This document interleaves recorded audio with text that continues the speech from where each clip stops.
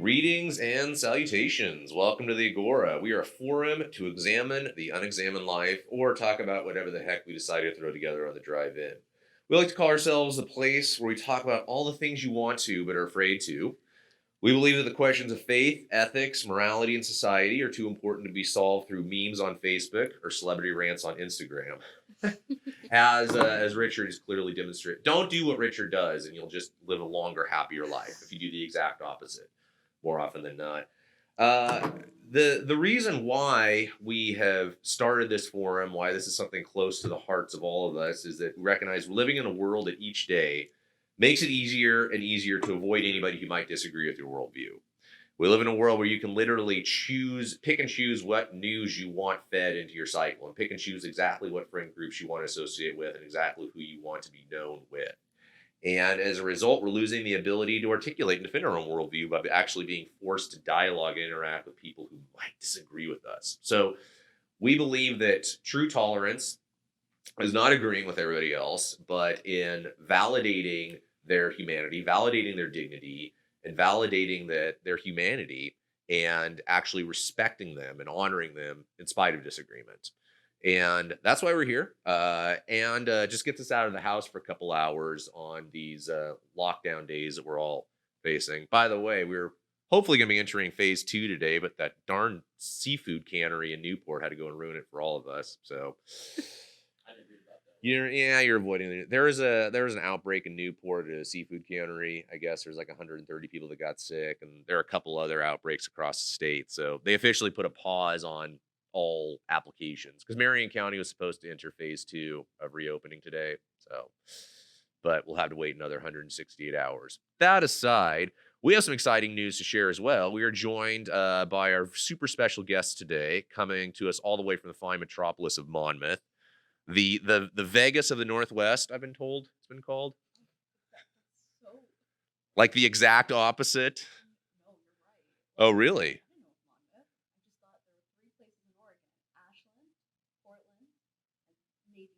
And maybe I didn't know if it was actually capital. Here. No. I was like, possibly, maybe. It's like Atlantis. Like maybe it exists. We don't know.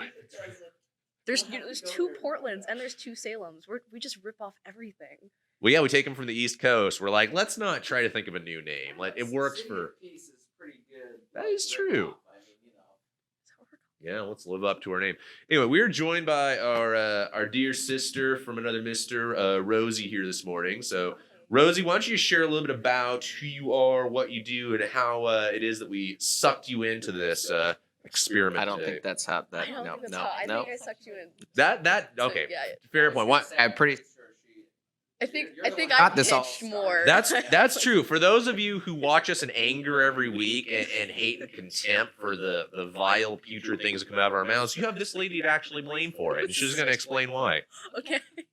So, my name's Rosie. I'm from Monmouth. I'm a student at Western Oregon University. My job title is station manager of KWOU, which is our station. KWOU. No, I say KWOU like Yeah. like some commoner. Like I don't say like Kwa'u. everyone else Yeah. says it KWOU, and I'm like KWOU. The W. The W kind of throws off the flow when it's that triple syllabic or trisyllabic. Like, yeah. If it was like KZOU or KZOU, but the W just throws off the rhythm. Like Sega? Are you ripping off Sega? I am. KWOU. Thank you, Here Can you for do that you. for us? Can you like Not do a legally, recording? but. I don't think Sega will mind. If the I don't fine think they're folks at listening. Sega are watching. You know what's funny It's is like- there only some of us are old enough to remember the Sega, like like Sega. Hey, I had the original Atari growing up, and it was Bomb Bambizzle. We had I- epic I Pong didn't even nights. play Sonic.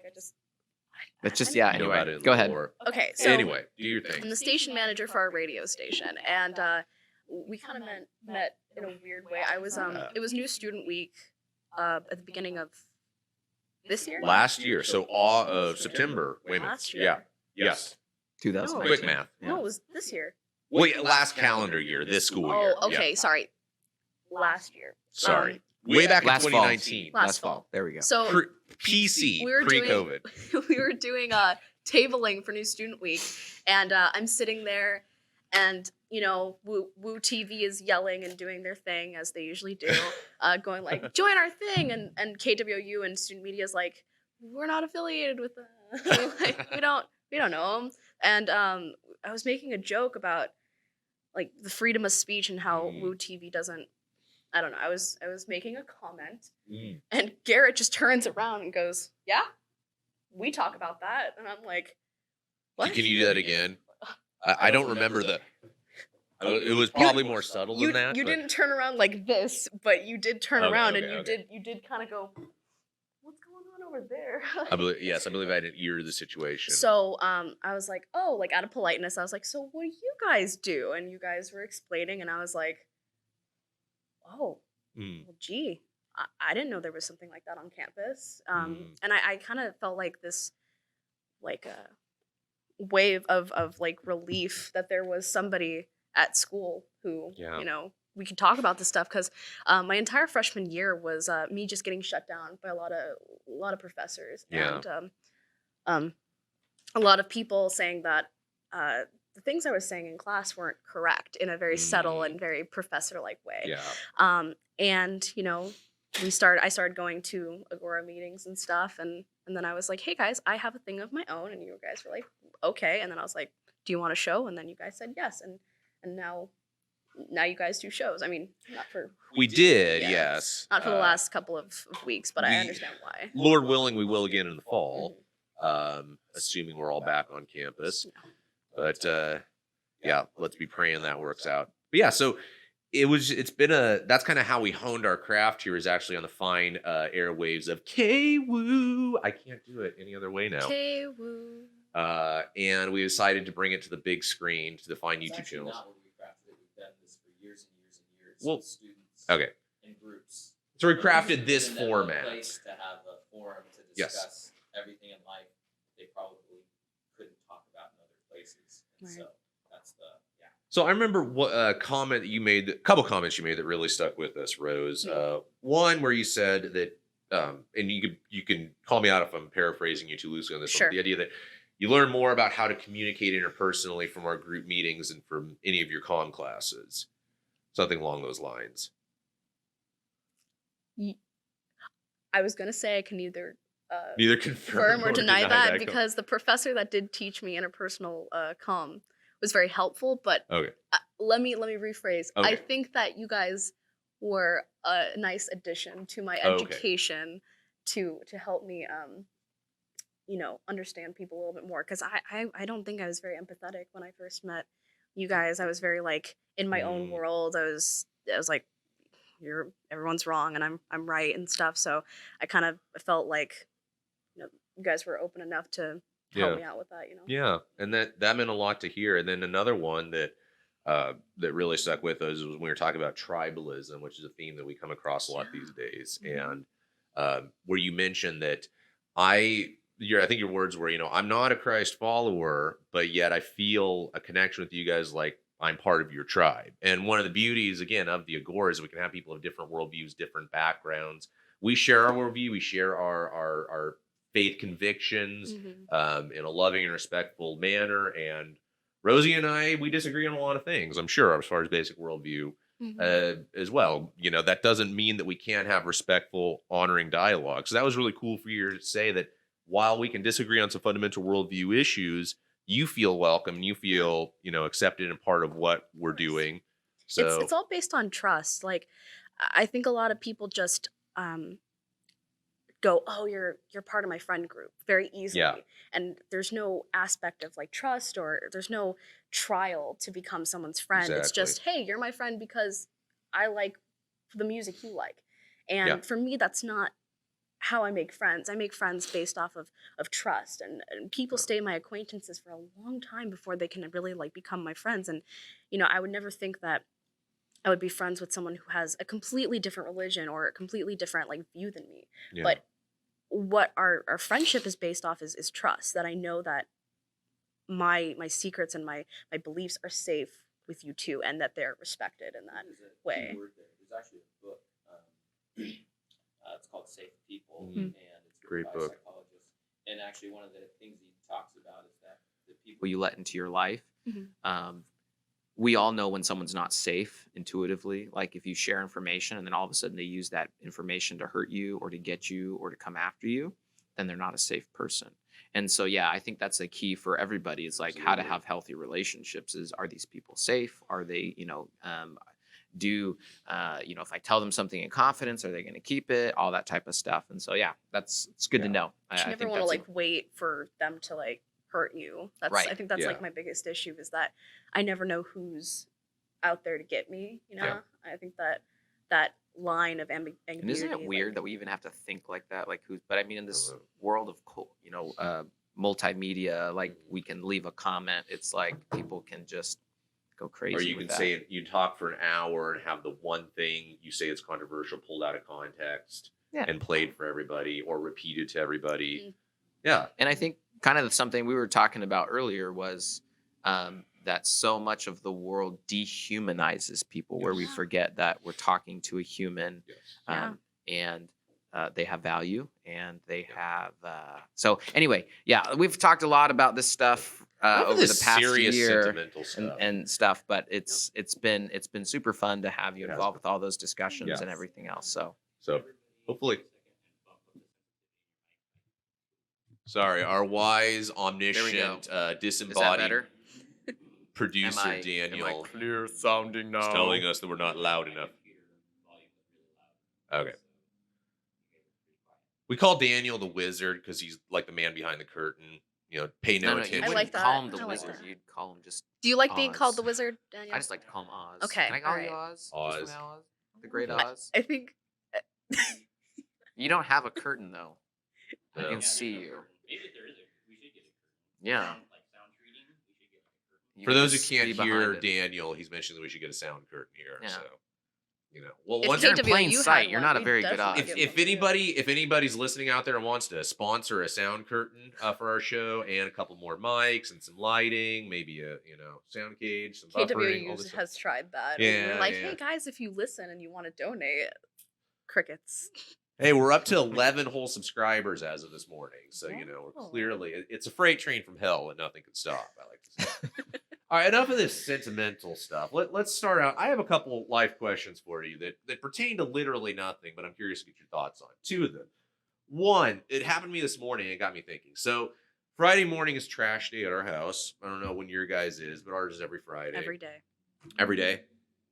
Oh yeah. Really? Monmouth has everyday trash service? Oh, for students, we just Oh, take our okay. trash to the bins and then All right. hope that they're I- gonna not be closed. 'cause Context. I'm Yeah, Context. Context. I'm Gotcha, short and I gotcha. can't reach the garbage cans. So I have to ask my 7-foot giant roommate to. You have a open the 7-foot sh- giant roommate? He's so tall. I want to meet him. He's so tall. Like he's taller than you. So I can't meet him because he's tall? Yeah, exactly. He's- That's heightism. All right. But okay, so my question. So our trash can's usually full by Thursday because we have a small trash can. Say you can do the small or the large size, and we Sure. save like $15 a month. Sure. Our neighbors have an extra large size, and it's just this little old couple, wonderful, wonderful neighbors, Corky and Thelma. If you guys are listening, you guys are the best ever. And they usually fill up like a third of their can. So they say, hey, once it's out, put anything you guys want in. There's room. So usually Friday you'll try to throw an extra bag in there to save space because you don't want to get to the end of the week and your can be completely full and you still have trash in there and it's got to sit around. It's no bueno. So I'm rushing this morning and I have a Beautiful image of you, like in flip flops and like a robe with like I- trash bags, and you're just like flailing towards the garbage like heroically. I did have the Same. conversation with my wife whether it's okay to run outside to the trash in my robe because I am a robe guy. Full confession. Robes are glorious. No, I was dressed this morning. I was in it was right before I came because I was trying to wait till the last minute. But okay, so here's the question I'm getting to. So our bag was about half full. We have the giant like full-size black trash bags in there right now because we're out of the smaller ones. So I pulled it out, it was about half full after I stuffed everything I could in there. And I'm thinking, I'm basically wasting half of a trash bag by not filling it up all the way. So do I hold off in order to maximize the money I spent on those trash bags in that space? Or do I throw it in now to get rid of that extra garbage and not let it accumulate throughout the week? And I ended up just tossing it. But this got me thinking about the things in life that we will do every single time to save just a few cents, and then the things where we're glad and could easily save the money, but just out of convenience sake, we say, "Nah, screw it." I feel like this I'll needs pay to the be money. like deep thoughts with Garrett. You know, like if you ever watched Saturday Night Live, like Oh, Deep Thoughts with Jack Jack Handy, Handy. yes. Yeah. Yeah. Like meaningful, deep thoughts. So please continue on. So the cents I'm saving throughout the week, Well, throwing the garbage in there. it got me thinking about that. The things that I will go to out of my way to try to save a few cents on, and the things where I will gladly pay the extra few cents out of convenience. So another one is wipes, baby wipes. We have 2 little kids at home, and so we have to have baby wipes on hand. But I got to the point where I would start using them to clean the kitchen. Now I could save money by just wetting a paper towel down or using a reusable towel and wiping it down. But the convenience of just being able to wipe as much as you want, toss it away, is nice, even though I realize it's costing me more pennies. So that's one that I'll gladly pay for. But on the opposite side, I'm a light Nazi. I will turn off lights. I will turn off electricity. I will make sure to flip breakers off. And my wife is the exact opposite because we had a couple instances where I flip a breaker off because I think there's nothing in, and it turns out her phone was charging, and then she comes home to a dead cell phone, and I have to hear about it. Cents. Yeah, and to save dollars. cents, to save But is that, like, your electricity. primary, like, did you grow up in a family that was like that? Yeah, my dad was a bit of a light Nazi. But I don't know. For me, it's just a simple, easy way to save a few cents here and there. Where my wife would say, that's ridiculous, that's over obsessive. So I think it's like that way with my dad and water. I mean, yeah, used to water's be- a used big to one be. too. My dad's not so much like this now, but there's a point when I used to take hour-long showers because I'm impressed. you know, you take showers when you're sad and you're a Yeah. teenager. So I'd take these hour-long showers, and my Time of dad would be solitude. like, "You can't do that. You're wasting so much money." And now I'm like, now I can't take showers that are longer than like 10 minutes because I'm so worried. Now, how about much of that has to do with your dad's upbringing and I actually, potentially? to be honest, I think it has both to do with how he was raised. Yeah, but and that's also how- more rational because water heaters fire a huge amount of energy if they're electric. I mean, those 4,500-watt rods. Oh yeah. They're pumping it. I mean, if you want to talk about things that use Pumping it. electricity in your house, your Go hot try water it. heater, if it's electric, is one of the main Yeah. sources. If you have LED lights, which I hope that you Oh, have yeah. come into the 21st century, Welcome. they only No, I use still like burn whale 3 to candles, 6. actually. Well, I don't Whale know. Whale, no. I use okay. a cast iron. Yeah. Sorry, I'm gonna have PETA on me. If you have LEDs, they're like 6 to 8 watts a piece. Even if you had your whole house on, it's like probably the equivalent of having 2 normal incandescent bulbs on. Yeah. So, which just kind of gets into the idea, of maybe cognitive dissonance. Like, you believe you're saving a ton of energy, I know. but in actuality, I Maybe do love not. that the perception of what's good for us and what's saving money versus what it actually does. I do have to say though, like with the amount of hand sanitizer that you use on a regular basis, you were prepped for COVID. Yeah. No, This Me guy, every too. time he goes anywhere, he was like, I was sanitizing to the guy point that his before hands would this. crack at times because Yeah. he'd use it so much. But he's prepped for COVID. He's ready to go. I was that teenager in school who had like dozens of little like hand sanitizers. My mom would be like, "Oh, you need hand sanitizer? Here you go." And it would just culminate in my bag. So my parents were like, "Do you have enough hand sanitizer?" And I'm like, "Do you not know who I lived with for the past 20 years? Of course I have enough hand Yeah. sanitizer. I also have an ungodly amount of aloe vera and alcohol rub because To cancel it out. like, well, if you mix them together, Oh, you yeah, make yeah, hand yeah. sanitizer. Yeah. My parents run a home for disabled Okay. adults, so they have a lot of cleaning supplies. But Yeah. they were like prepped, primed. They were Yeah. like toilet paper for days, and I was like, I don't need this. The school's It's giving more us. valuable than gold. Oh yeah, the school gives us free toilet paper. Yeah. It's thin. It's. I think you pay enough for it. Single ply toilet. I think I do too. That's I true. think I do Free too. is a rep. It's like Inigo Montoya from Princess Bride. You keep using that word. I don't think it means what you think it means. Oh, that was good. That was good. Yeah. By the way, my kids have been totally indoctrinated into Princess Bride. They now love it and think it's their favorite movie Me ever. too. I believe that shows as a parent, That's I have 33 years arrived. old. That came out 87. I know. But anyway, to I'm me, old that's a enough- personal, like, Yeah. I'm old enough where there's actually a parody on it now, like Deadpool 2. they did like a little Oh, I Christmas haven't special seen where they Deadpool. tied the kid who was in the bed to to the actual bed that they filmed it in, and they did the whole movie, but they cut out all the blood and the cuss words for the kids, so they made Yeah. a PG-13 movie. But you have these cutscenes where Deadpool's reading the Deadpool story to the kid, and he's just like, please let me go to my family. I want to leave here. I never wanted to do that movie in the first place. And it's great. Oh, now I gotta go find that. Oh, It's great. possibly the most quotable movie of all time. All right, we could dive into this for if you watch the show, we could literally talk about anything for hours. But Seems like a we have regular more meeting. pressing issues to get to. Okay, so my second life question of the day that I want your thoughts on. I heard this actually in discussion on the radio the other day. Somebody was talking about their friend who asked them to help move to their new house they were buying. And when they dive into it a little deeper and figure out where they're moving everything to, and then realize, wow, this is a pretty ritzy neighborhood, realize they spent 700 grand on their house.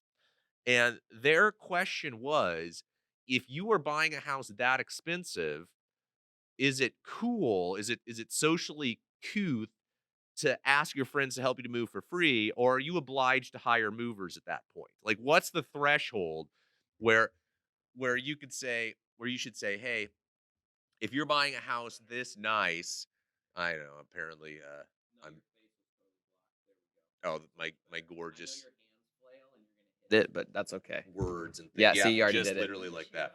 You did that out of an example, and you still. I know, I can't, I just can't restrain He myself. can't I'm sorry. move. Stop moving his hands. Like Ricky Bobby. I just You should see him in the studio. He like does this, and he knocks something off the counter. and It's true. like- I need my space. I need my. That's big why I brother. always controlled the computer board and everything. I'm not allowed to touch it. burn my Ever. station down.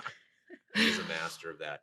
Okay, so that just got me thinking because I've helped a lot of friends move over the years, and they're good, loving friends. They're families from church, especially just moving to the area. I think it would send a clear signal that you're cheap. That's what it would say to me. You That just you, bought a $750,000 house, and you're like, "Yo, I need help moving though." That's it's like that's like I don't you think can that's- hire a mover. What? That's okay. No. I disagree with that. Okay. My auntie, Disagreement. This is my good. my auntie, she's But I love how you dropped auntie. That's an underused inflection. I think she's inspired me to like say it's like auntie's just so like Yeah. common, and she's Yeah. not she's anything but common. So she's very cool. She just moved into a mildly expensive house. Mildly? When I say mildly, I say that with deep sarcasm. Gotcha. I'm she gonna add moved- some zeros. She yeah, she moved Does to she have to have two routers because it's so big from end to end for the internet? yes, I believe so. I I think- like this auntie I of yours. feel like that's an actual. But she only thing. has one bridge over the moat instead of two. So she moved into this house, and my grandfather, he's not old. I don't think that my grandfather's old, but he is at that age where things are hurting. Yeah. And so she asked him to help him move. She asked my mom. She asked my dad, and I think it's more of a I think it's like cultural. Like it's Yeah. maybe not cultural, but maybe something even lower than that. It's just polite. I think. When I asked my family to help me move in, I didn't really need their help. I didn't need it. Like I think that when people don't need help and they ask for it, it's like talking to someone without really knowing what you're going to talk about. You just want them to be with you. It's an excuse to be Yeah. with your family, and I think it's an excuse to be with your friends. Fair Like make it point. a day. Like if you ever heard that expression, of course you have. Make it a day. Like Yeah. you're setting up a day to go do something. I think my friend and I do this a lot, where we're like, let's plan the whole day together. Let's Right. let's pretend like Yeah. we're. And you we know what's have the interesting time. is I said that, but the reality is that everybody who's ever asked me for help moving, who bought it, I've always helped. Yeah, of So course. Regardless of the yeah, value of the house. it's one of those things that I think is you're right. You do make it a Yeah. day, and sometimes I guess maybe you. Are they obliged to at least provide lunch? Oh, of course. Oh, yeah. 100%. Now that would be really bush league But if I they think- didn't even have like pizza or donuts. I think for it you. would come down to how well you really know them. Like if I Yes. barely knew someone, I think it would be more awkward. But like Yeah. you're saying, like if it's family and stuff like that, or even close friends, I'm definitely gonna have definitely gonna have an idea of like, yeah, I should help them. Like, Well, yeah, in every situation, and that's we just think. Well, and then also people we've helped move have helped us move over the years. It's a bit of a hey, thanks for being there for me. I'm going to help be here for you. And yes, I think there's an obligation to at least provide because I don't think I've ever receive money for helping to move. It's just we're doing favors, we're helping out, we're taking care of each other and I being feel like neighborly. that's even more rude than just being cheap, is giving money to your family for helping you move. You're like, Right. Yeah. here's a transaction for Well, I your never actually services. helped my you know? family. My family's been in the exact same house. They moved there like a month before I was born, so they've Yeah. never moved in their life. Sure. But just friends.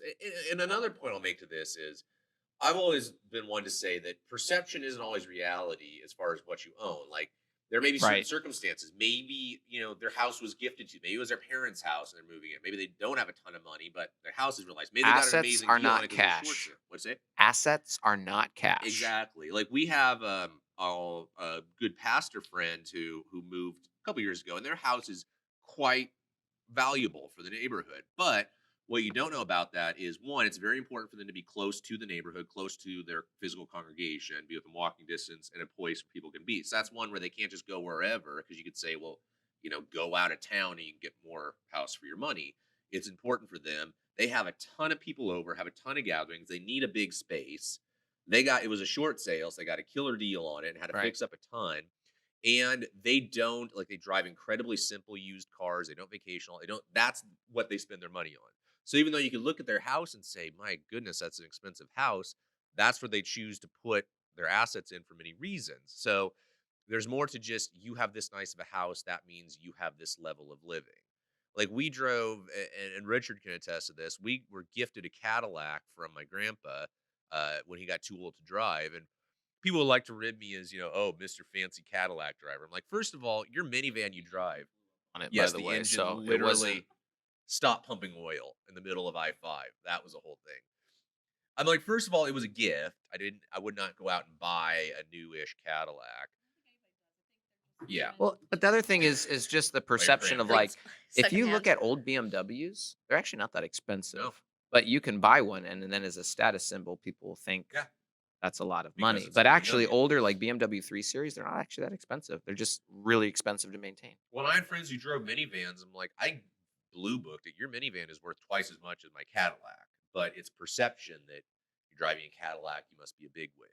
Trust of the company as well. People will pay twice the amount of a product, just because a company goes, "Hey, you can trust us." Mhm. It's I think your hypothetical situation, um, like helping your friends move and whatnot, even though you have this huge house. It's like responsibility versus I guess cultural responsibility. I don't think that's like a good comparison, but I think possibly we confuse like wide accepted responsibility with like our tiny responsibility. So it's like it's a responsibility to keep in touch with our family. Yeah.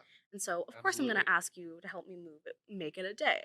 But of course, like, you don't want to bother your family. You don't want to like impede don't wanna be a anything. burden. Right. So Yeah. of course you would hire a mover. But I think it's just whatever you choose, just make sure it's like true to what you believe. If you don't want to bother your family, Yeah. yeah, at least ask first. If they go, "Hey, we're busy," then maybe hire movers and stuff. Well, and it's also you mentioned the cultural aspect. I think that's something we miss out on in Western American culture here, where our way of giving is to say, "Here, I'll give you something. I'll give you money. I'll give you this thing in exchange for this." In many Eastern cultures, the way of giving is by sharing services.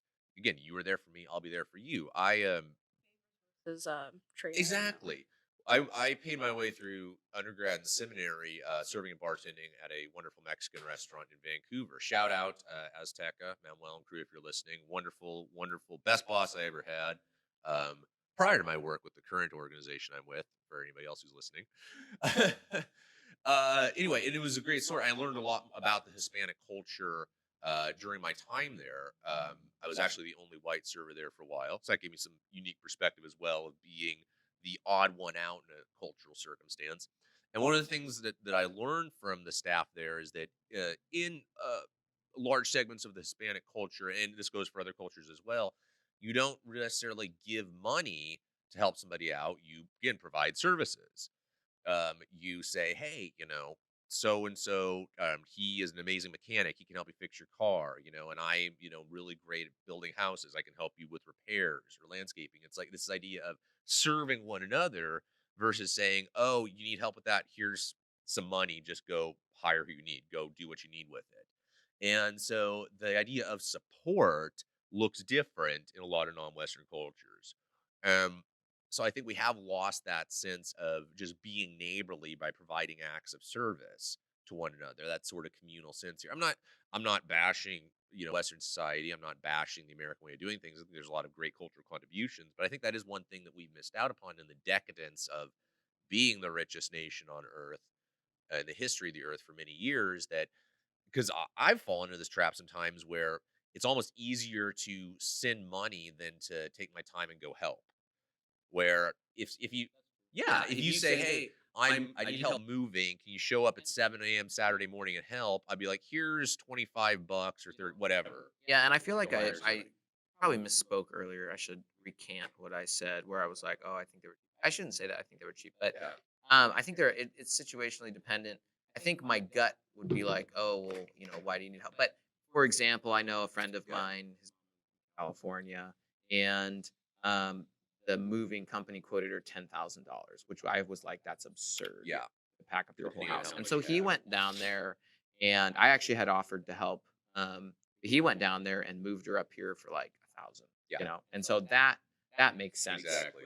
That's I guess that's wise money Yeah. rather than paying the ten Say, thousand "Hey, if I'm gonna dollars. pay So, some, I'd rather but pay if my it's family." moving across town, maybe that way I might be Yeah. like, but I don't think it's bad to help, and I probably shouldn't have said that. So No, I think I don't know. personally, I think my take on it is that we like to avoid interpersonal like Yeah. conflicts and whatnot. I think it's easier to just throw money at somebody and say, Yeah. "Hey, go buy yourself something nice." I think for me personally, if I always ask for money on Christmas because Yeah. you know Cash is king. it's like you get to decide what you do with that cash, Mhm. and I think that we want to avoid people's personal wants so much because they conflict maybe with our own that we're just willing to avoid that and throw money at them. That's Exactly. really what you're doing when you of course, to my grandmothers who have given me money, I do not believe that you don't want to talk to me or you want to avoid Yeah. me, but throwing money at people for things like moving or Yeah. doing something that is really just seen as a favor is subconsciously to avoid when getting on a level with there's that always the person. conflict of different values too. Like for Of course. Yeah. example, someone I know just recently explained that they got their husband this equipment that they wanted, but they don't have the value that their husband does, which is you have to get the best possible on the equipment. Oh. Otherwise, so they opened it on Christmas and said, and the first thing out of the person's mouth was, "What did you spend on this?" Well, Now, it doesn't That's the mean same they. thing my wife asked me when I proposed. It How much? doesn't. Dead serious. I love you, dear. She asked me how much I spent on the ring But because she there's wanted to know I didn't spend conflicting, too much. sometimes there's conflicting values of Yeah. what ultimately values. And in that person's mind, it wasn't just the gift, it was the what did you spend on it? And then they sent it back and got it a better deal. And this person Yeah. was telling me, they're like, "Oh, I thought I'd like scored, like I had remembered Well, they when you're sharing the asked same for it bank account when you're and married, that's and obviously all this other stuff." And different so, too. but does that make someone like horribly? No. No. It is there's conflicting values there about Yeah. what's important. Well, like So my wife and I, we don't outside of Christmas, we don't do presents for each other. We say it's coming from the same place. We have one bank account.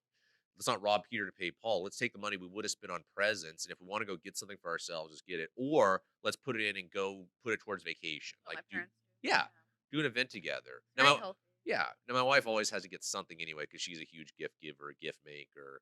Um, it's also challenging too when it's somebody who's in a much higher socioeconomic group than you. Like our parents, are obviously a lot more well off than we are. So it's always weird. It's like anything we could afford to get them, they could just go buy for themselves. So we try to personalize it. My wife makes calendars of the grandchildren, with different pictures throughout the year, different things we did this last year and highlights.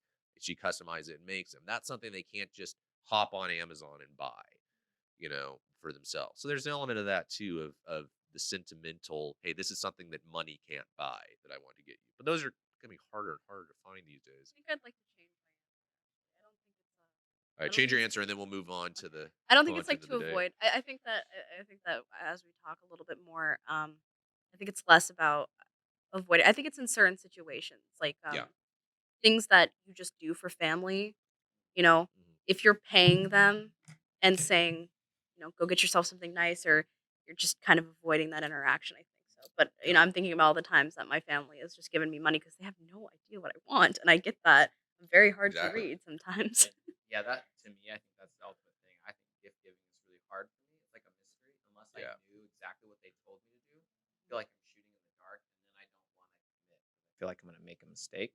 Exactly. And yeah, so gift giving is actually really hard for me because of that reason. And it's interesting because my mom is a big gift giver. Like Yeah. she really thinks through things and personalizes them. And like, I'm like, I wish I could think like that, but I just don't. Unless someone tells me exactly what they want, it's a really hard for me to like Yeah. figure it out. Yeah.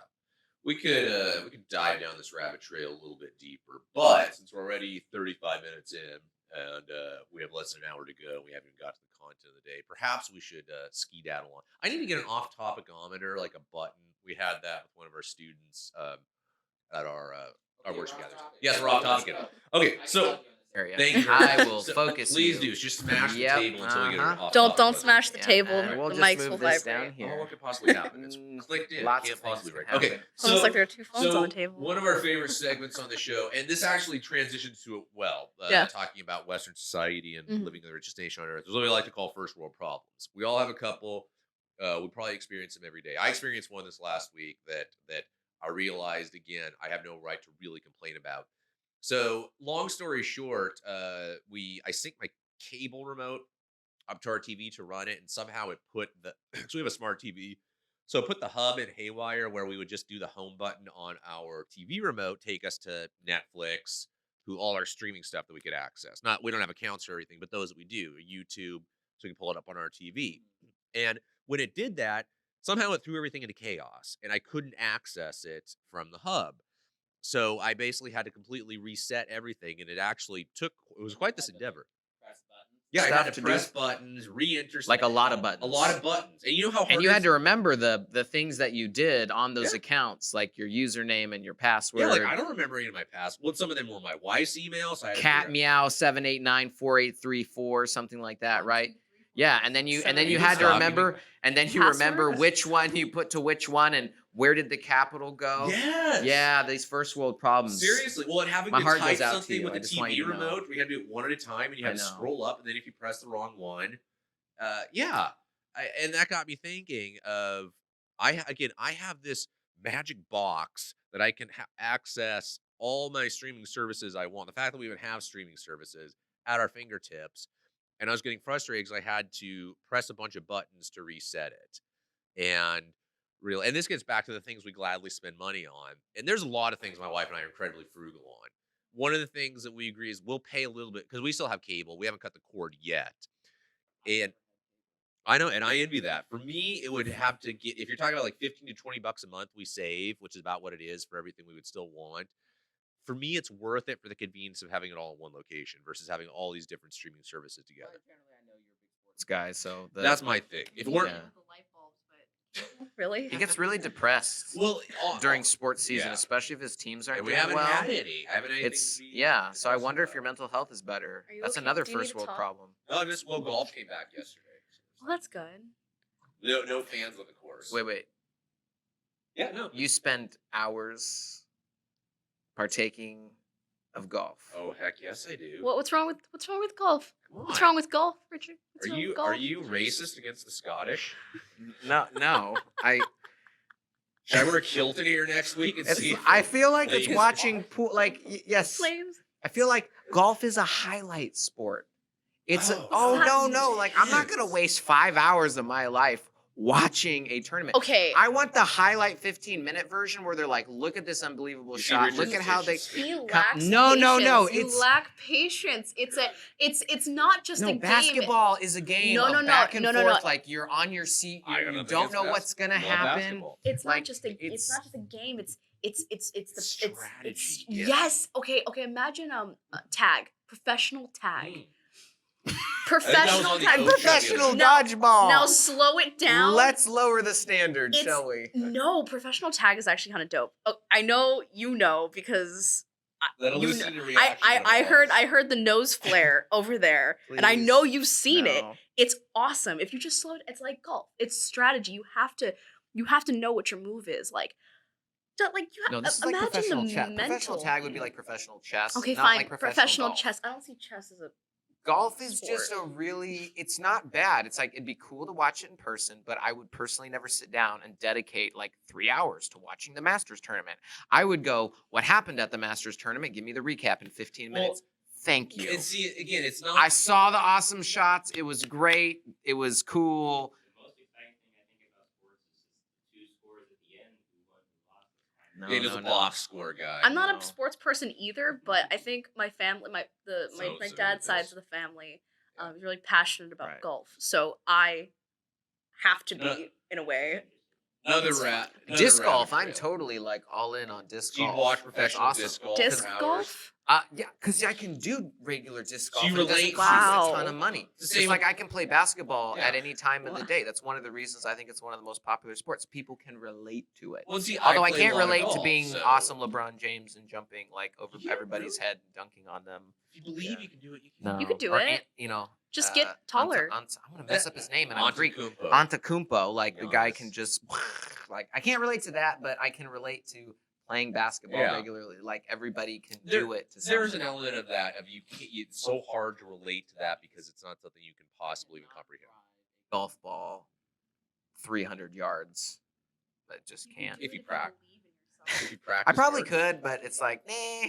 This gets to the question I'd love to go over one It's time: the idea of expensive. fairness, and you mentioned this is a whole rabbit trail. So, but wait, let's continue Yeah. on. So you're Okay, mad. so my You got it. first You world had yeah. problem- Okay. Yeah, that was my first world problem I discovered of the week, and And then the I other did- first world problem I think we discovered I is need to go like empty my now you bladder, have so I'm to gonna let de- you now guys you have to hash this decide out. I'll be right back. Okay. what to Maybe watch it's and what over. to spend, your allocated time doing.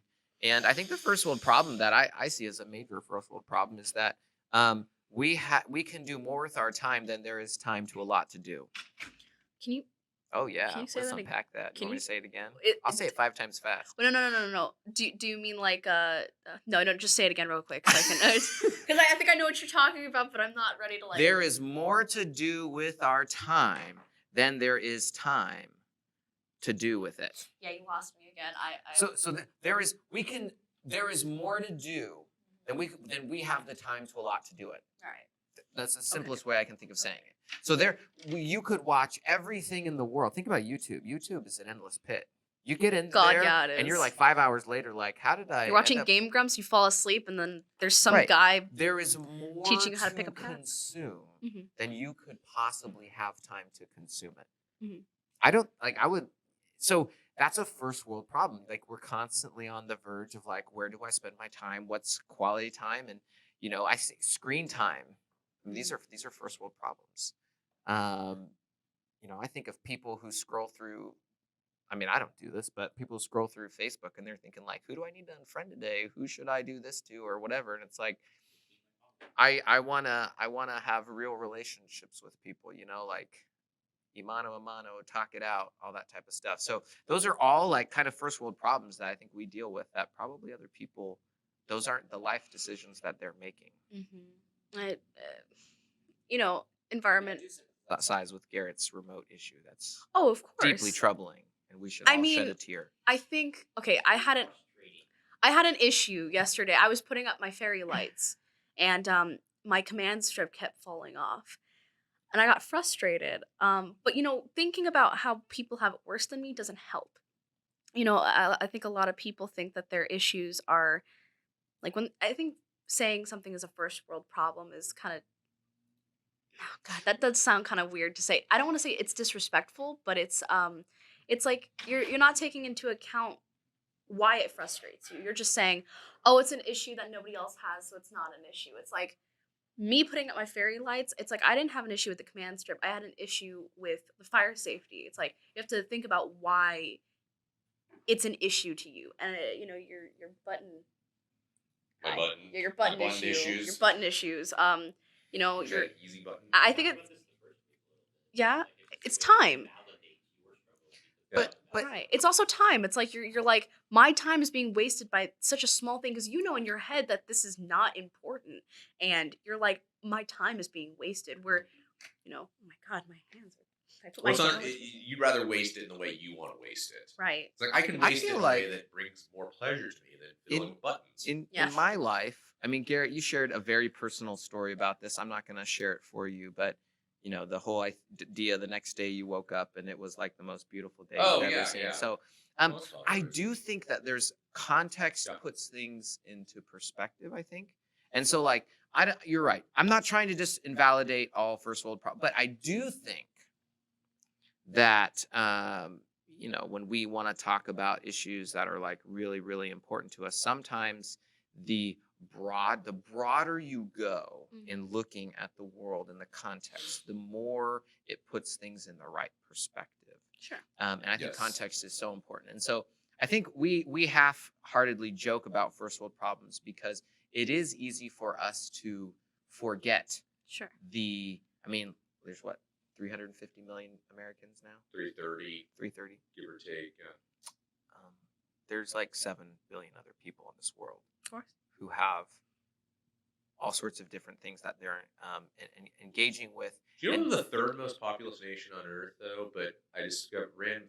So I was hearing this the other day. So China has, I think, 1.45. India has 1.4, and you go all the way down to 330 million for us. Like the drop off between 2 and 3 is massive. I mean, think of all the people who like don't have clean running water Yeah. every day. I do think that if you could put yourself into their shoes and you could spend some time thinking about people whose problems aren't the same, and maybe in some ways I think we sometimes in first world countries we manufacture our problems. Not in everything, Ooh, yeah. but there's a certain sense in which you would have a different perspective going, wow, like every day I just get up and there's water and I don't think about it and I don't even Yeah. have a value like of that's important, where a huge chunk of the world maybe has that issue. And so I do think there's a healthy balance of like putting things into proper perspective gives you the right tools, I would say, to adequately understand the context of life. Sure. Yeah. So where you're sitting there going, my remote won't work. I have a TV, like I can take a timeout. I think that's pretty important. I try to work with my kids on that, where they can totally just lose sight of things and become the word I want to use, and it may not be a right word, is petty. Children can become petty. Yeah. And they can fight over the dumbest of things. And then you pull them Yes. back and you say, let's look at the context. Oh, yes. Yesterday, my children fought over who got to wear which boots. And I was like, does it really matter? Do you all have boots to wear? Yes. Why do you need to wear that one? Well, because I thought these ones were mine. Well, these ones are half an inch too big. This was their thinking. And I was like, guys, perspective. My sons will literally Large scale, like clothes. you all have boots. You can all go out and tromp around in the creek if you have the right boots on. And if you have boots rather than no boots. So there was a moment of like, aha, okay, that's like just because my foot's gonna wiggle around there a little bit, it's not that big of a deal. So I feel like context does help us do that if we can all. I'll give Rosie. The And last if you word as disagree, well. jump right in. I don't necessarily Trudge disagree. forward. I just want to like add to it. Go for it. It all comes down to like compromise. It's like I'm going to compromise to like wear this boot. I'm gonna like look at the Yeah. big perspective and go, I'm gonna wear this boot even though it's not fun or something. But little compromises like that at like a young age, they're really big. Like I remember when I was a kid and I had to maybe do something for my parents that I didn't want to. I had to compromise. That led to a lot of other compromises that, you know, I kind of regret in a way. Like if there's a repetitive pattern of compromising, I feel like you as a person sometimes turn out to be compromisable. And I get why some people are like, I want this right now. I want this and I want it my way. And I get that in a kind of way because we all want what we want. I think it's just a nice balance of like not so much compromising, but figuring out a problem within the problem and then solving it together. Because compromise means you're giving something up. With me and my family, we're not going to compromise. We're going to look at the problem, find another problem together within that problem, and then figure it out ourselves where we can come to an agreement instead of a compromise. It's like the issue really isn't that the boot's too big. It's that it isn't his boot and he likes his things. So it's like, hey, wear this boot and I'll get you some new shoes. like later that fit you, that make you, comfortable. Well, yeah, someone else wanted to wear the boot, but yeah. Though, just to offer a little, like, isn't it fair to say though that like um, the inability to compromise is in some ways I don't people probably may not like it, but like childish. Like when we get to a big picture problem and we're trying to find a solution, if there is no compromise, like I would think that in a large majority of cases, like for example, your roommate, I'm sure you compromise all the time because you live with a roommate, right? Or there's always ways in which like adults have to learn how to get along. Of Of course. like, you know, Compromise is important. I'm right, not like disregarding it right, at all. I'm just Yeah. saying like there's another like if there's another option that you can both choose together, which is not so much compromising for the other person, but again, seeing another problem within that problem, seeing what the real issue is, and not just like dismissing it. But again, something as small as that, like the boot thing, I totally understand like compromising, but something as big as like territory or um, social rights or something like that, if you have a disagreement, I get why there would be a large populace of people who disagree and don't want to compromise. And people don't, they think either you're compromised or you're out of the game. And that's not necessarily true. We learned I think it was public relations, that there are a lot of things you can do instead of compromise with something. You can, again, try to see what the actual problem is together. right. And All right, I'm solve going to that. slam the move forward button and give Moving our forward. wonderful guest the last word on that one. I'm So good. that's one of the guest perks is that you automatically get the last word. Plus, I like spiting Richard. It's one of the few joys of my life.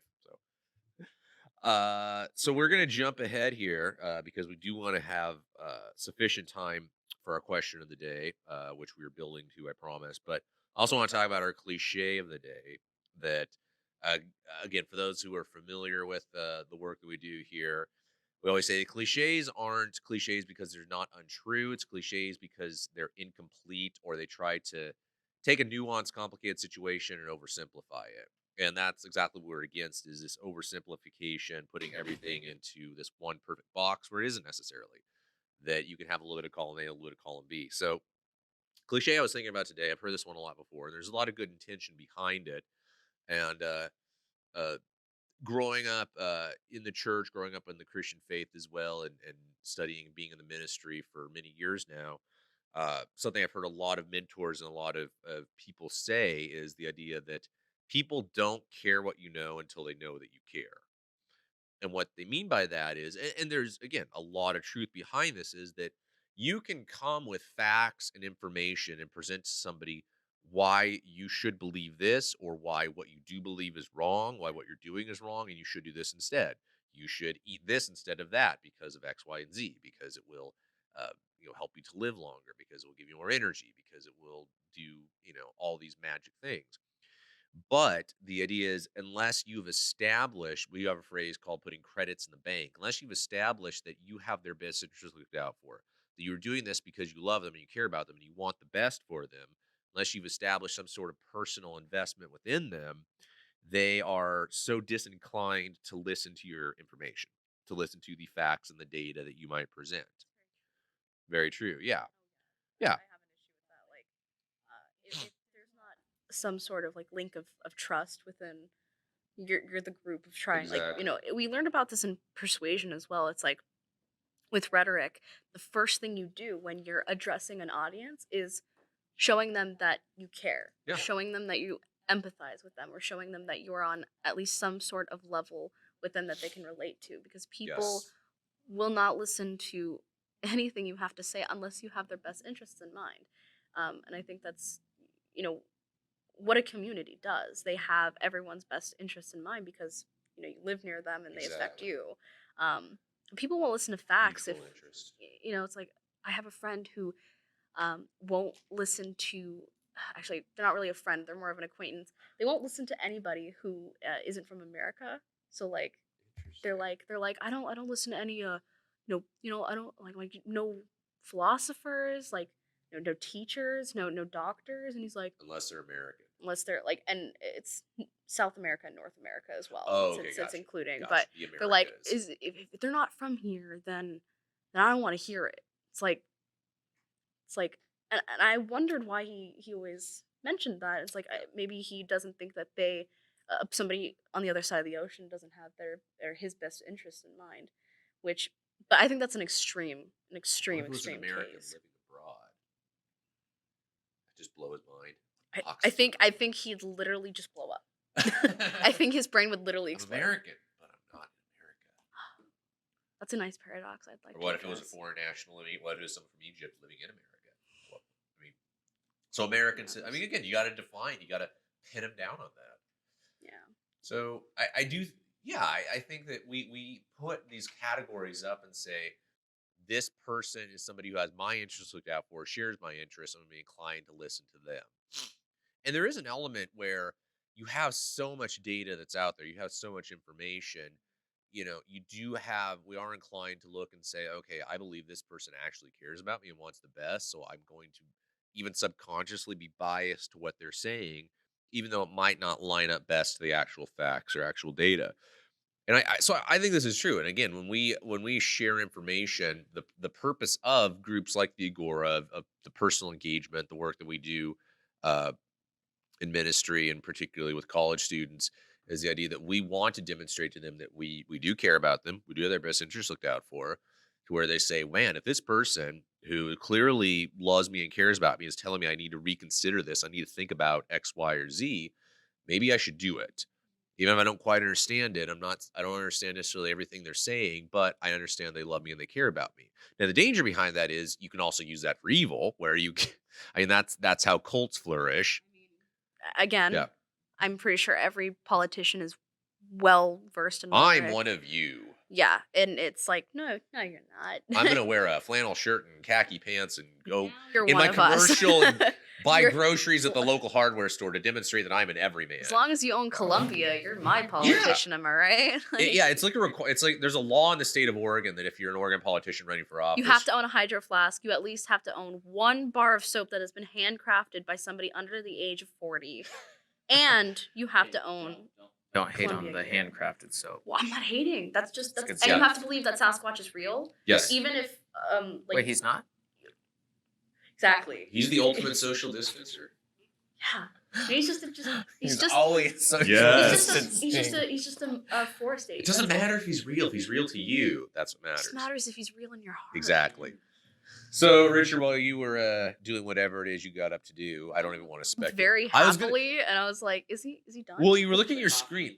Okay, I didn't know if it was just the call of nature. Or it looked like you were looking at your screen. Anyway, So I was let's but we were talking about the idea that people don't care what you know until they know that you care, and how that is true. We talk about putting credits in the bank as we meet with students, we meet with young people to try to share information with them by establishing that we love them and we care about them, and that because we love them and care about them, we think they should reconsider or they should consider X, Y, and Z as far as propositional information. But the idea that also it can be used for evil if you desire, and again, that's how cults and that's how a lot of radical movements get started, is they demonstrate that they love and care about people, and you're allowed to put faulty information in their mind as well. So somebody might love you and care about you and have bad information, and somebody might not personally be invested in you, but actually have power correct and information.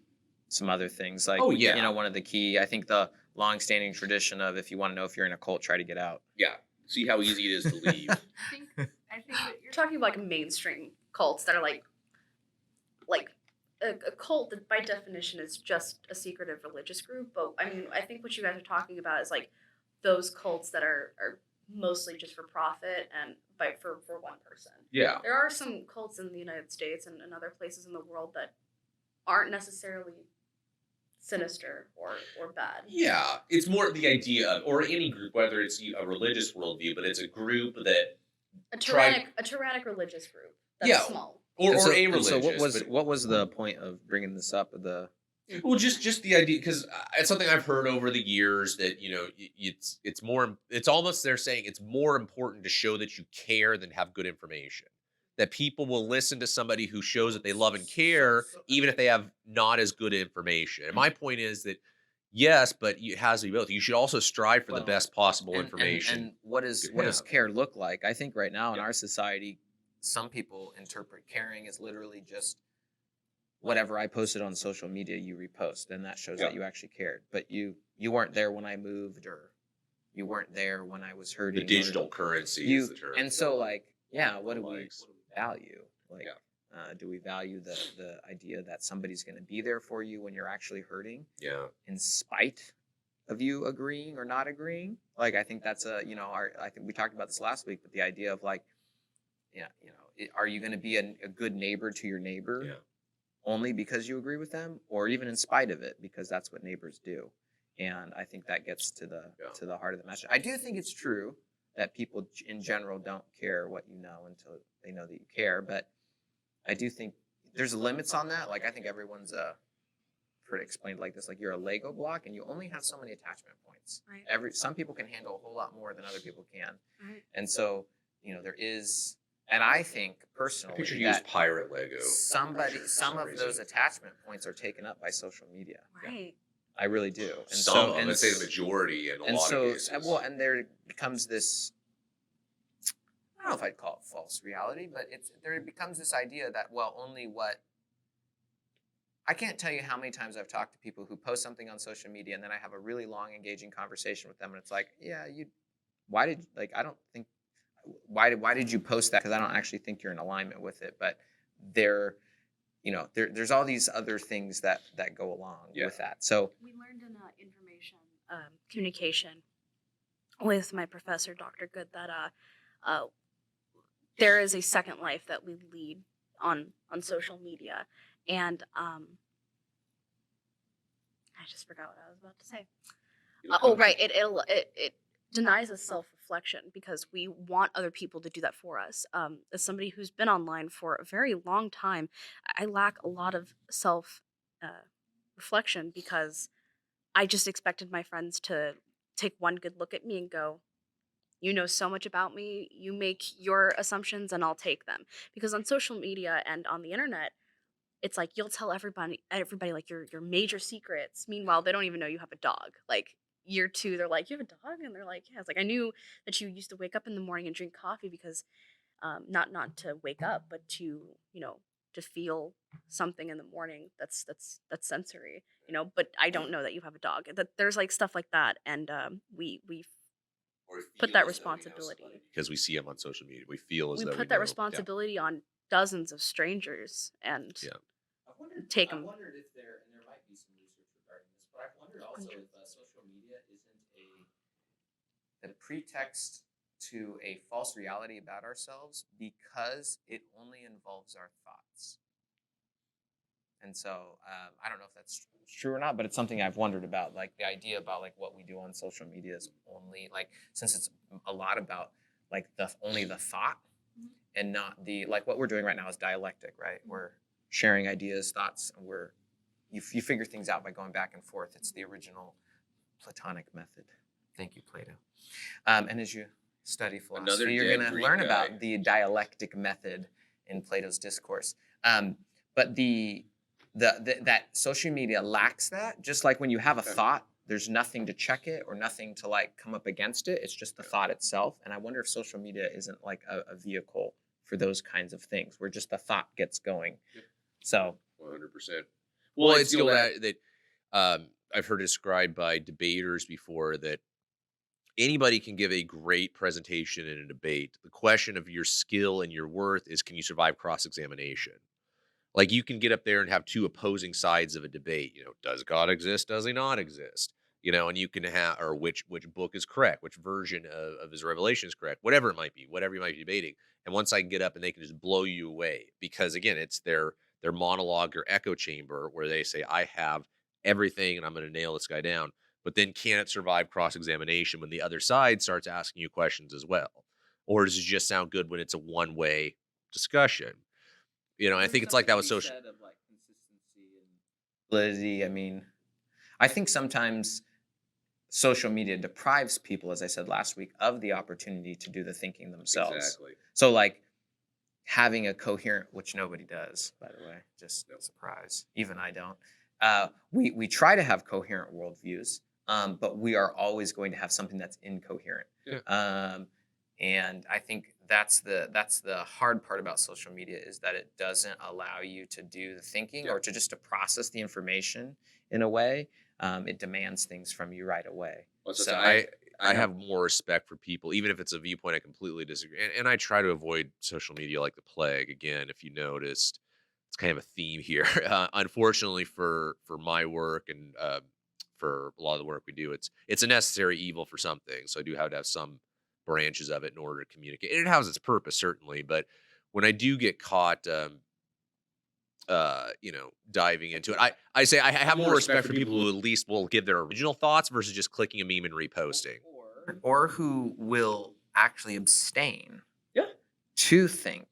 And, the idea of like withholding to really process and go through information, like, Versus that's like, a no, bad I got to thing. get it out no, now. no, I got to that's- show people I think That's of this. actually, it can sometimes, in fact, I think those people are the wisest. Yeah. Who are willing to just sort of take a step back and think and process Contemplate, information and do that type of stuff. Exactly. I mean, it kind of goes with our whole theme that, we don't think these issues are things that can be solved with a bunch of memes or posts. And Rosie gets the last word, and then since we're 70% of the way through, we Oh, should I probably was- skip ahead to our question. I was just about to say that I think there's a lot of pressure to be active online.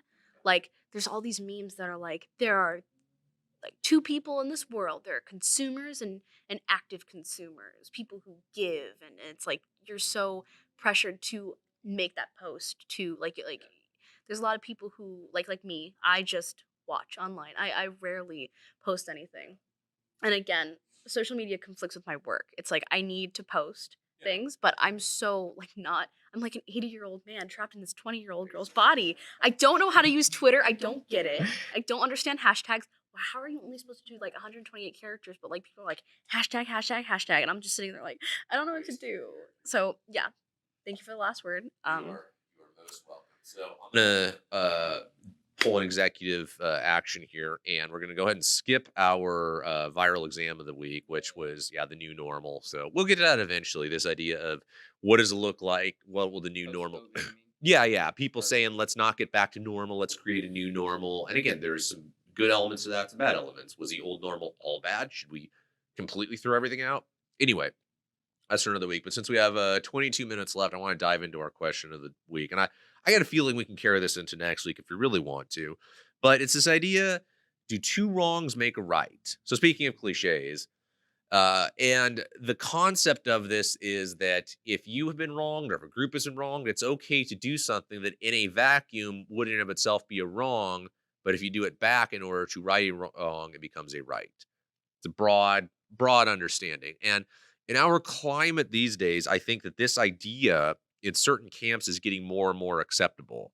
That it's okay in order to commit this wrong because of a wrong that has already been committed. And for those of you who listen to the show, we don't try to be overly political or partisan, but as a broad concept, one of the concerns I have with a lot of the progressive movement these days, and there's so many broad categories. I have many wonderful friends who would self-identify as progressives, and so I'm not trying to put everyone in a single box. There's many broad categories within that, but one of the underlying tenets is that it is okay and possible to right past wrongs with current wrongs. That is justifiable because a particular individual or a group has been wronged to implement wrongs on another group or another individual because of what has happened. Does that make sense? Are you guys tracking with me? So my question is, can it be done and should it be done? Can two wrongs make a right? Should we use two wrongs to make a right? We could dive into more specifics, but I'll lob it up and let you guys get the ball rolling on that one. I want to start with the question that you want to go. No. Let me think a little bit and then You got it. I'll give it. So what I would do is I would invite people into like a thought experiment, and I'll give you the context. I've had lots of interesting conversations over the year, and I remember one. This has happened multiple times, but people will say, "How can you be part of X, Y, and Z, whatever it is, some organization or something you think about, right?" And I remember someone said this to me, and then I pointed out, I was like, "Well, the history of the school you go to is X, Y, and Z. The history of the country that you're a part of is X, Y, and Z." And the question really goes, how far back do you want to go? The history of the human race. Well, X, yeah, Y, and but Z. my dad's from Athens, Greece. Okay. The most stereotypical Greek the- guy you will ever meet, by the way. It's I like- don't actually know if he's Is it stereotypical, pronounced but gyro or gyro. Euro, please. Thank you. Euro. With some tzatziki stuff. Yeah, tzatziki. Thank you. Yeah. Okay. So I look back and I'm a student of history. I think history hopefully gives us some context or history to look at. And what's interesting is you look at Alexander the Great, conquered half the world. Well, what motivated him to do that? And I don't really know that he was justified in doing that, by the way. His dad and the Persians burned Oh yeah. Athens to the ground. Totally forgot about that. Yeah. He did not forget that. And so he literally was going to go and show them what's what. And Like you do. it brings up this like what I'd call the pendulum effect, in that if you're going to right a wrong, are you going to create another wrong that then has to be righted? And so and then we can get into the whole personal sense of justice, because I think there are personal feelings involved in all of this. But I'm trying to get a big picture view of, like, if we say, well, this wrong now leads us to be able to do this wrong and this wrong, do we ever get out of the cycle? Yeah. And I would like to make the argument that the only way to get out of the cycle is not by justice, but by forgiveness. Yeah. And so justice will always lead to, in some sense, a need to get back at someone else. And I don't think there's ever going to be a list of injustices in the world. I think there will be injustices for as long as there are humans. But the idea of how do you stop it? I think forgiveness is the only way to stop it, because forgiveness is you absorbing and dealing with the pain and the hurt and the suffering that someone else has done towards you, so that you don't have to take retribution. As Gandhi said, an eye for an eye makes the whole world blind. Yeah. Where do we stop that so that we can move past that, where we don't have to then take the wrong? Because it seems to me like for as long as there are humans, this pendulum's been swinging. It's been swinging. It doesn't make it right. Yeah. I'm not saying it makes it right. I just don't know that it's ever going to get out of the cycle. On the other hand, you have a lot of people who take forgiveness as surrender. You have people who get back at people and go, all right, we're done. Like, you got what you deserve. Now we're done. And they get to call the shots, which if you think of Alexander the Great, it's kind of what happened. Persians burned down Athens, and then he salted their grounds, and then and he was like, all right, now we're done. Like, they obviously didn't get back at him in any way. But I think those people think that they can call the terms in a way, or rather, it's on the other side of the spectrum of how to deal with the two wrongs make a right kind of thing. Like, on one hand, you have people who are like, let's just forgive but not forget, and then you have other people who are like, no, you're just gonna surrender and you're gonna like it on our terms. And I think a lot of people take that as forgiveness now. Well, I think the idea of so Richard, you shared this story a couple weeks ago of the Harani tribe in Ecuador, the movie Into the Spear. I doubt you're familiar with this story. It was a group of Christian missionaries in 1956 that were working with Missionary Aviation Fellowship in Ecuador, and they were the first people ever to contact this tribe in the Andes of Ecuador.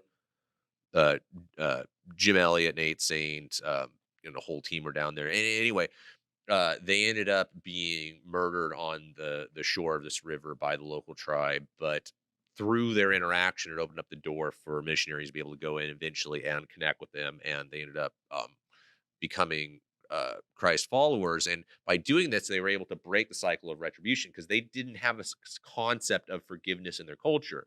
It was, somebody kills my family member, I have to kill one of theirs. Somebody steals this, I have to steal. And it just was this endless cycle of back and forth, because from their worldview, the concept of just choosing to forgive somebody and not seek retribution, even though I have, from a legal perspective, I have the right because they wronged me, it didn't exist. So the gospel to them gave them the framework by which they could say, okay, I don't have to. I can choose to forgive. I don't think that necessarily means that there is no justice.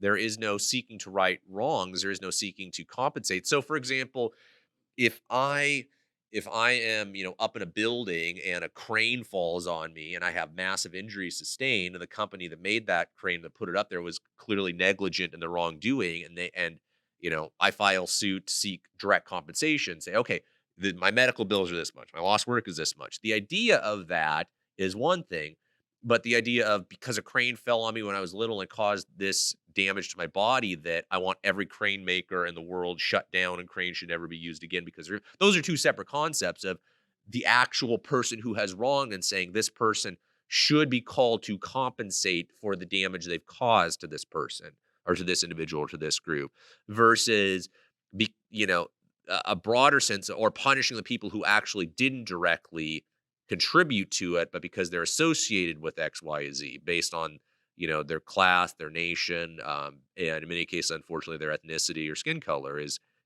a trend that I think leads down some very dangerous rabbit holes. And I think that you have something to say to that, Richard. Seems like you're jumping at the bit. Okay, I guess like some practical examples, and these might be some dicey subjects or something we talk about with students. We try to have a good, honest discussion. But for example, I think we can all agree that sexual assault in America is and around the world is a serious issue. It is a real thing. It happens on our university campuses, again, where we're particularly familiar with. It is an issue. It happens and it needs to be addressed. And many times it has not been properly addressed. And victims deserve justice. They deserve to have their voices heard. Absolutely. That is a good thing. That is something that we've come a long ways in addressing. The danger of that is, and I've heard some people make this argument, the idea that um, when you look at the standards that it's the standard of guilt, the standard of the burden of proof, essentially for universities to punish students for sexual assault allegations, in some cases was ridiculously low. Especially when you look at it compared to the criminal burden of proof, it was more of the civil burden, where it's like, well, we think this probably happened, or the standard of conduct on becoming of a student is so broad. So even if they can't clearly define what happened, it's like, well, we don't like it, so we're going to do this. And I've heard people say essentially that, well, if some innocent students get kicked off a campus or have their lives ruined, it's a small price to pay for the greater good of making sure that voices are, and predominantly it's male to female, obviously. So predominantly that women's voices are heard. Not that it can't happen female to male, but this idea of it's okay if some innocent people have their lives ruined or get punished for the greater good. So that's one example where it's like, is that right that innocent people potentially, by having such a low burden of belief and sometimes out of political expediency because you want to appear as though you're being tough, that it's okay to have somebody innocent who actually has not committed any direct violation, to have them punished, to have their life forever altered in this idea of the greater good.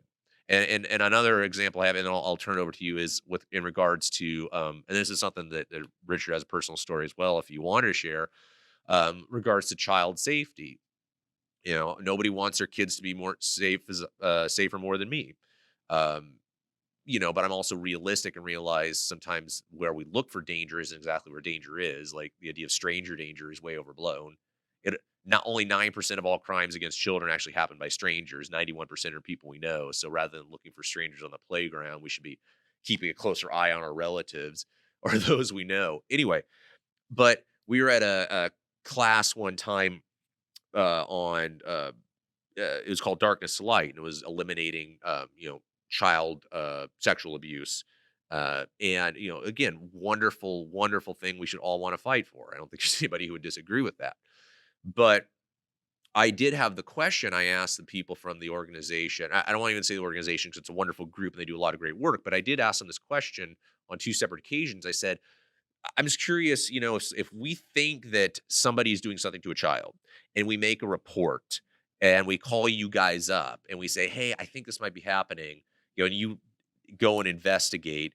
I just said, what assurance, what steps do you have to take to make sure that things are done discreetly and that nobody's life is knowingly or unwittingly ruined and put under a microscope for something they legitimately didn't do? Because we know the world we live in, you don't have to prove anything. All it takes is somebody saying, hey, CPS showed up at so-and-so's house and your reputation could forever be damaged. And both times, and I don't think the ladies who run these classes are bad people. Again, they mean very well, but they never really answered the question my satisfaction. They said, well, we're not a law enforcement agency. We don't file charges. All we do is go do investigation and we leave it to the police. And it's just, uh, it didn't really answer my question, my satisfaction. Just to give more context, wasn't that also in relationship to people like we have a huge community need for people to adopt?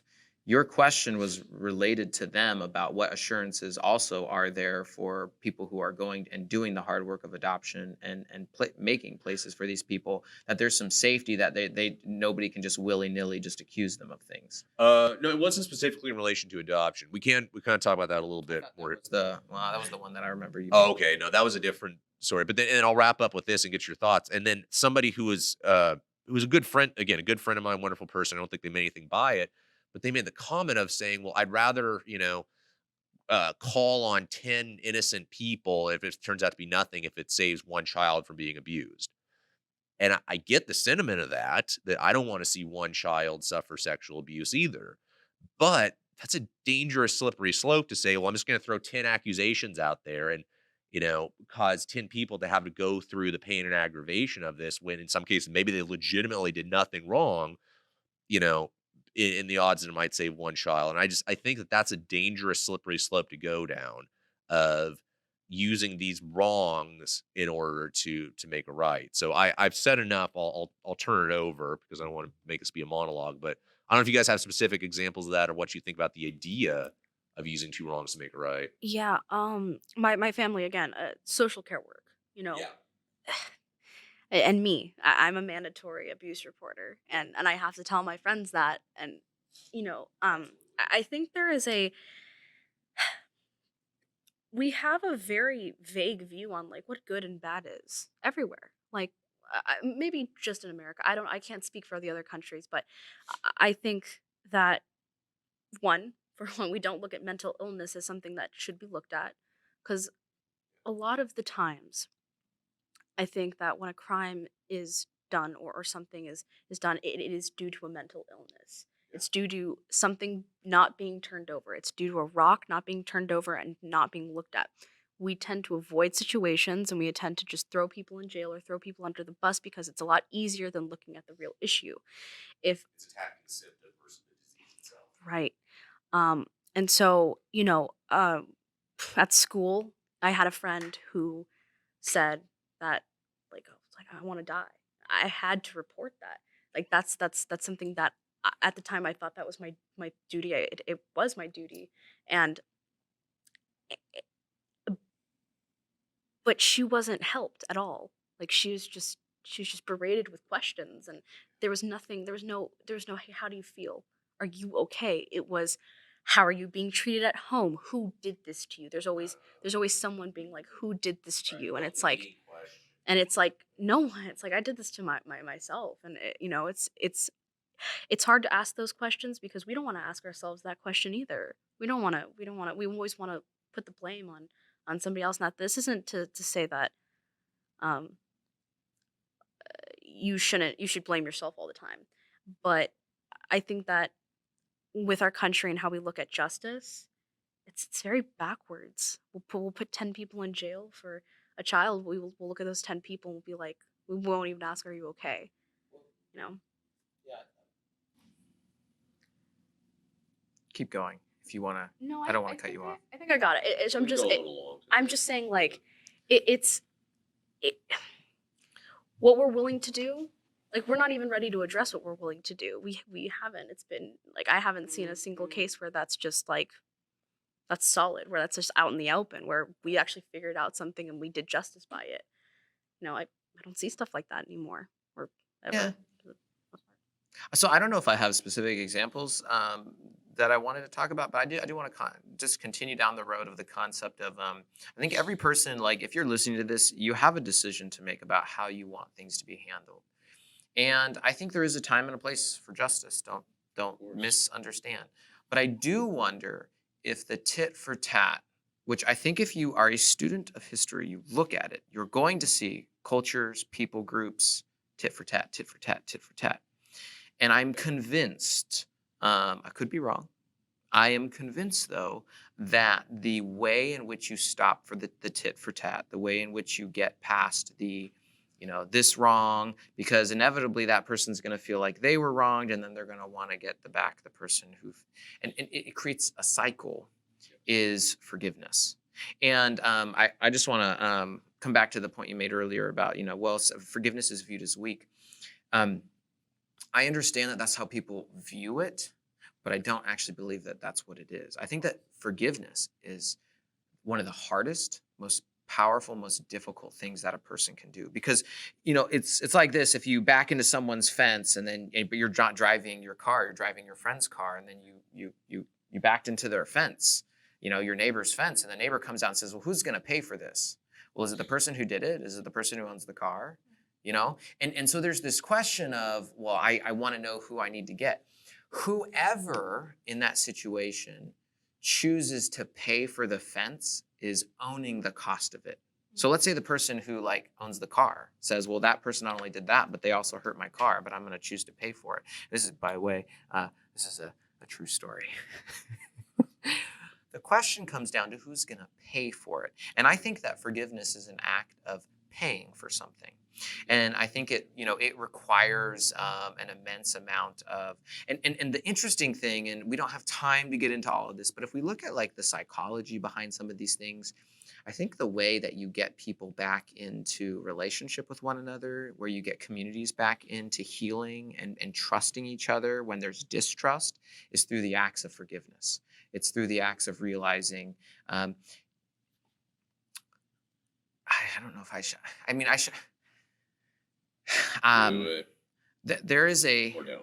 well, there is a story of a Democratic governor of Alabama who fought to keep segregation in place. George Wallace. George you could Wallace. say, yeah. George Wallace. He fought to keep it in Long, place. R.I.P.. He fought the civil rights movement. Yeah. And at the end of his life, many of the civil rights leaders that he was working against were now his friends. Yeah. Because he eventually admitted he was wrong. He eventually said, I was wrong. And there's great articles that you should go look them up. I think there's some of the most illuminating articles about how powerful forgiveness is. Not that there's not a place and time for justice. That's not what I'm getting at. But forgiveness, I believe, is the best possible way forward. George Wallace was forgiven by these people. Now, they said things like, we'll never forget what you did. You fought against us. You literally enacted things against us. But they were friends, and they were able to have meaningful conversation, and that they recognized that. And to me, that is illuminating, because here you have this guy who was a hardcore segregationist, a Democrat of Alabama who fought against the civil rights movement. And yet later he recognized his wrong and said, I was wrong. I was totally wrong. And they were able to come together and be in the same room. And if you don't value that, then this will mean nothing to you. But if that's the future you want, and this is why I say everyone who's listening to this, you have an obligation to come to the conclusion you want to come to. If that's the kind of future you want, I believe the only way to really get there is through the vehicle of forgiveness. Social forgiveness, personal forgiveness, and that the more we practice that as a society, I believe the more just and the more we will move towards being a united citizenship. That's not to do away with justice. I'm not saying you do away with it, but I think that's the power of it, that it can bring you to that place. And shoot me down if you're like, No. I'm just thinking about what to say. Being on camera is very intimidating. Being in the studio, I could just be like, whatever. But I have to think about what I'm really saying, and it's difficult. But in a way, what I'm getting at is that justice is very important, but also forgiveness after the fact. But again, it takes me back to my kind of my surrender versus forgiveness kind of ideal. It's going back to compromise. I think it ties really well with that. You're going back to compromise. You're compromising a value or a thought that you have and saying that you were wrong. I want to know that thought process. Why did he think that he was wrong? Why? Because I'm very intrigued as to how someone completely changes their values and beliefs. And I hope that I'll get some information out of it. But I'm thinking about compromise and forgiveness. It takes a lot of pride, or it takes a lack of pride to forgive someone. And when you compromise, you're compromising your pride. I think that has to do with each other. So, um, I'm thinking maybe forgiveness is not the primer, but what's the opposite of primer? Maybe like the post. Maybe like Like the de-escalation. sure, Is that- yeah, is that a- yeah. That's a good. I don't know if that's the right wording that you're going for. Maybe. Because like catalyst would be the thing that starts something. You said the opposite. The opposite right? of that. Something that like kind of The soothes diffuser. soothes. Yeah, we go. This like Inhibitor. okay, there we go. go. Thank you. He doesn't say much, There we go. The powerful. inhibitor. Yeah. Like Yeah. an inhibitor. And I think it's really hard for people to forgive, but I think that it's easier when you give the idea that you can't forget. Like there are things that people are like, I'm not going to forgive them because they don't believe that they can. How do I explain this? If the other people on the other side of this politician, they were like, oh, we'll forget it. They think that like forgiving is forgetting. That's not necessarily true. I think that we need to put in in place an idea that if you forgive, you can't forget. That is something that you need to hold true because you're holding your values. You're not compromising in that aspect, but you're holding your beliefs. But you're also understanding that people can be wrong sometimes, or they can sometimes just be lying to themselves. And that's something that we all do. That's like mental health 101, that we lie to ourselves. And we have to be okay with that. We have to be okay with sometimes we screw up and, we're not as well. 5-minute warning here. This camera's gonna die soon. Oh, well. We might be done here in a second. Ah. You know what's interesting about forgiveness is it's Hmm. not sexy, it's not cool, it's not revolutionary, Oh, it's God. not. You don't rally the Yeah, troops yeah, by you're saying, like- let's forgive everybody. You rally them by making them It's pissed off. weird and be because angry like and everyone's fearful and like, say we wait, have you to just go- want me to like Yeah. forgive them, It's and it's this counterintuitive. powerful. And here's the thing, I do understand because what people really want forgiveness, and I think what sometimes is lacking is we don't just mean, or I don't just mean like, oh, I just don't care what you did, or like Yeah. it's not a big deal. Like George Wallace was sorry. I was wrong. Yeah. And he wanted forgiveness, right? Like I think that's what we want to see, because then we're like, it's easier to hand it out then. I don't want the idea to be like, oh, we just want to like, pass over it. It's not what we're talking about. But do we even value as a culture anymore? And I really actually don't think we do.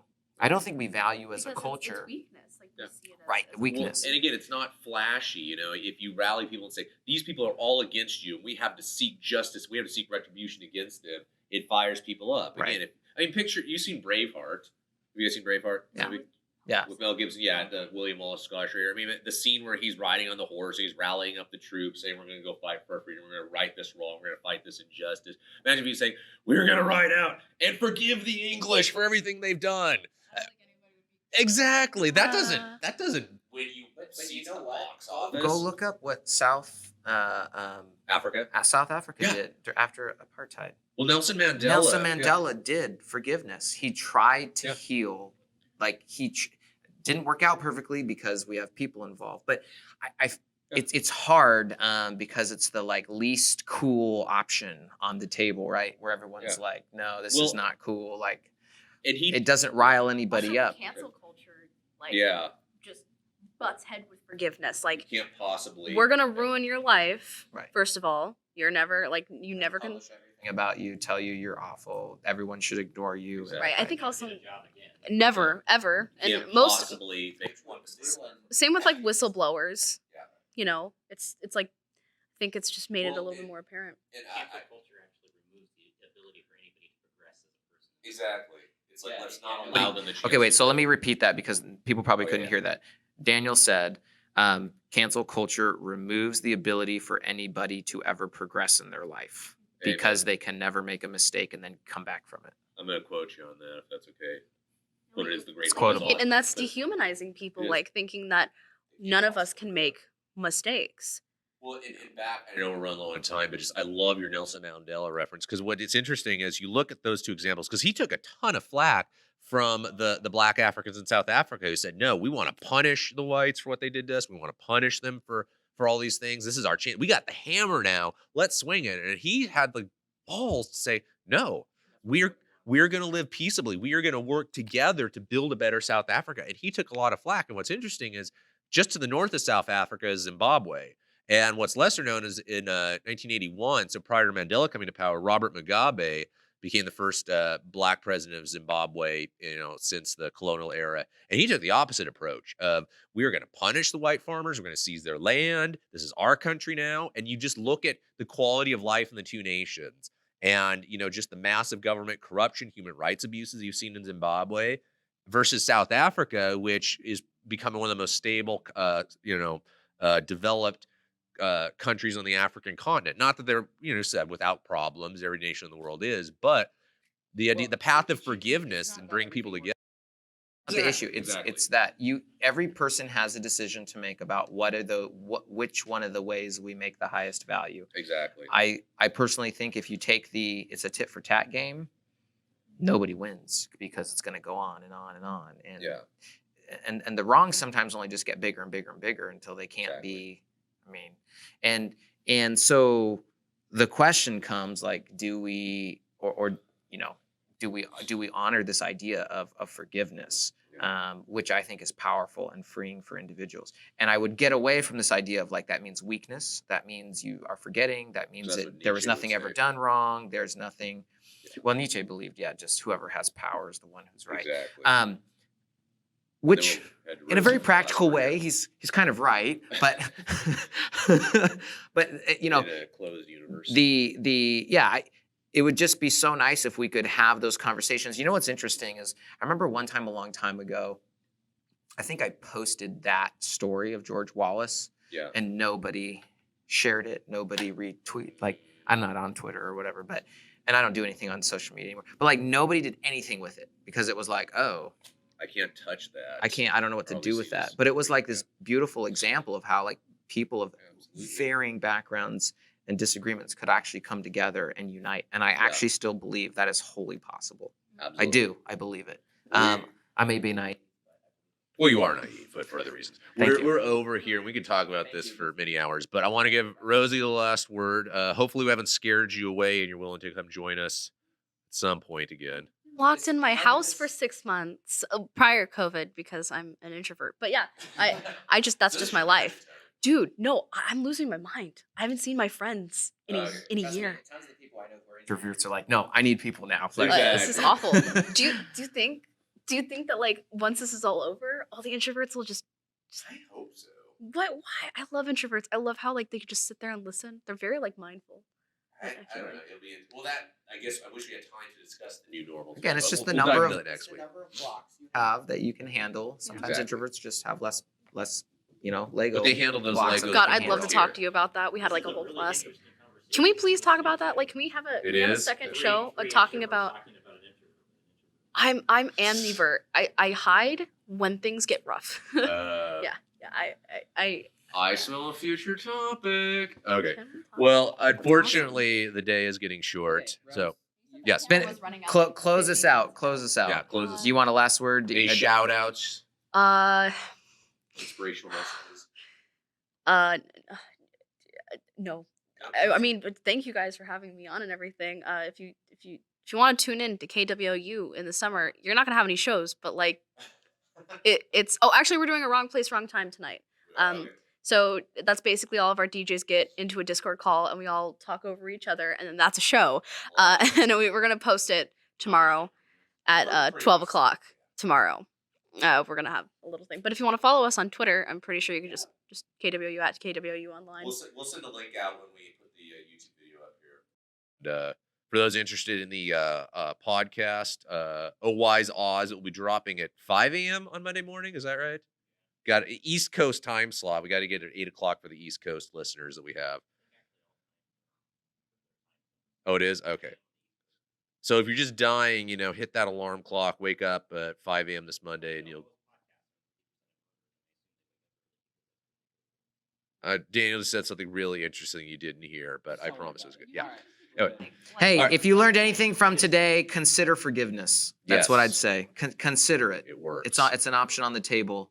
I think it's a valid option. And it's awesome. All right. Hey, thank you all so much, wherever you may be. Pray that you're enjoying this day. And we look forward to seeing you again in 166 and a half short hours. So until then, enjoy the weekend, enjoy your summer, and just go forgive somebody today. All right. This is the Agora crew saying so long. We'll catch you next week.